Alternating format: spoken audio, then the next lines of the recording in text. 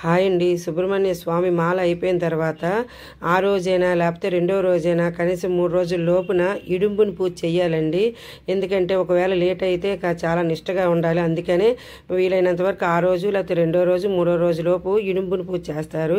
ఇక్కడ తెలుసుకోవాల్సింది ముఖ్యంగా ఏంటంటే నీసి పెడతామండి. చేపలు, మాంసము, మటను, చికెను, ఫిష్ అన్నీ పెడతాము. అయితే ఇవన్నీ సుబ్రహ్మణ్య స్వామికి అయితే కాదండి. సుబ్రహ్మణ్య స్వామికి పెసరపప్పు, కలగాయ కూర, తీపిగారులు, బూర్లు, పరమన్నం, అన్నం, ఇంకా తీపిచారు ఇవన్నీ పెడతాము. పళ్ళు, స్వీట్లు ఇవన్నీ పెడతాము. ఇడుంబునికి మాత్రం మాంసము, మటను, చికెను, ఫిష్ ఇవన్నీ పెడతామండి. కలుపుతాము ఇవన్నీ ఇడుంబు పూజలోని.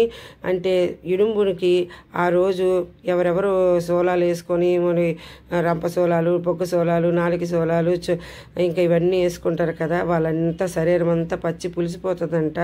అప్పుడు రోజులో కోయిలు సుబ్రహ్మణ్య స్వామి భక్తితో పూజించి ఇలా వేసుకునేవారట. మరి వాళ్ళందరూ నీసి తినేవాళ్ళు కాబట్టి ఆ రోజు వాళ్ళకి శాంతిపరచడం కోసం ఇలా పెట్టేవారట. మరి మా పెద్దలు చెప్పారండి ఇవన్నీ. మా పెద్దలు ఎలా చేస్తే మరి నేను అలాగే చెయ్యాలి కదా. ఎందుకు ఈ విషయం చెప్తున్నానంటే నాకు కూడా తెలిసేది కాదు. కొత్తలో నీసి పెడుతున్నారు ఇలా అనుకుని అయితే మా అత్తగారు ఇవన్నీ చెప్పారు. ఇవైతే సుబ్రహ్మణ్య స్వామికి కాదు, సుబ్రహ్మణ్య స్వామికి వేరేగా పెసరపప్పు, అన్నం, కలగాయ కూర అవన్నీ పెట్టేశాను. ఇవన్నీ అయితే ఇడుంబునికి అండి. అందుకే ఇడుంబు పూజ అంటారు. ఆ రోజైతే నేను శుభ్రంగా స్నానం చేసుకుని నా చేతులతో నేనే వండుతానండి. ఎవరికైతే వంట జోలికి మాత్రం రానివ్వను. నాకు అదొక తృప్తి. మా వారిచేనైతే దీపం వెలిగించేసానండి. ఆ రోజు మా చిన్న పాప వచ్చింది. మా పెద్ద పాప వచ్చేది, కొన్ని కారణాల వల్ల పిల్లలేకపోయాను. ఇంకా మా పెద్ద పాప అయితే చాలా బాగా తయారు చేస్తుంది పూజకి. ఆ రోజు కాస్త పళ్ళు కూడా తక్కువైపోయాయి. మాకు డ్యూటీ చాలా కష్టంగా ఉంది మా మాయకి.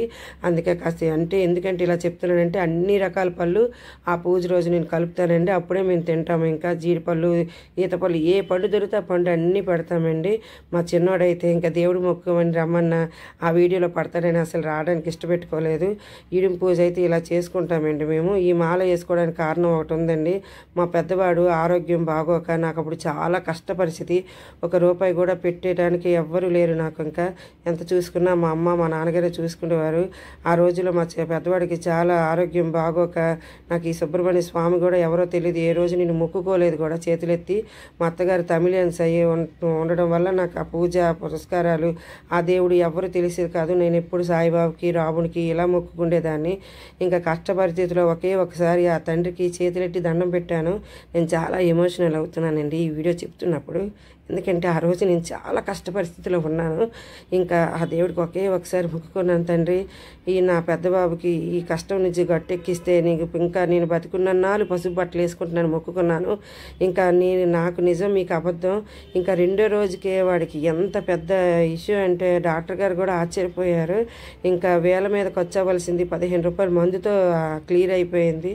అంత సత్యమైన స్వామి. ఇప్పుడు 18 సంవత్సరాల నుంచి ఈ మాల వేసుకుంటున్నానండి. నాకు అంత సత్యము. ఇంకా పూజ అంతా అయిపోయింది. శుభ్రంగా ఆరతి ఇచ్చేసాను దేవుడికి. ఇంకా ప్రసాదం అయితే అందరికీ పంచుతానండి నేను ఎప్పుడు కూడాను.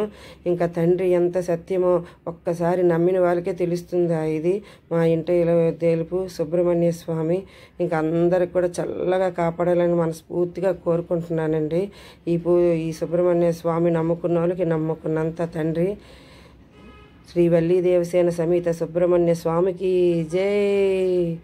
వేల్ వేల్ వేల్ వేల్ వేల్ మురుగా వేల్ వేల్ వేల్ వేల్ వేల్ మురుగా వేల్ వేల్ మురుగా మా పలని వేలాయుధ